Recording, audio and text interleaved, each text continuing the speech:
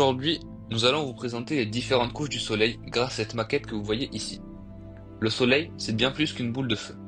C'est une étoile avec une structure très complexe. Il est composé de plusieurs couches, chacune ayant un rôle bien précis.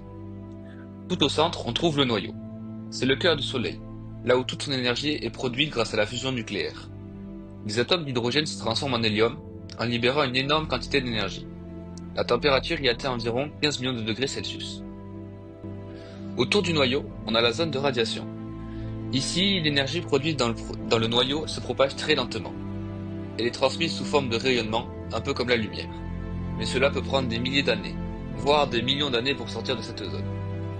Ensuite, il y a la zone de convection. Dans cette région, l'énergie est transportée par des mouvements de matière. C'est un peu comme l'eau qui bout dans une casserole. Ces mouvements créent les fameuses granulations visibles à la surface du Soleil. Enfin, on arrive à la photosphère, la surface visible du Soleil. C'est la partie que l'on peut observer depuis la Terre. Elle est beaucoup moins chaude que le noyau, environ 5500 degrés Celsius, mais c'est déjà bien assez pour nous éclairer et nous chauffer.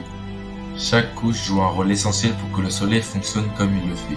Grâce à cette maquette, on comprend mieux ce qui se passe à l'intérieur de notre étoile. Merci d'avoir suivi cette petite présentation. À bientôt pour une nouvelle découverte scientifique.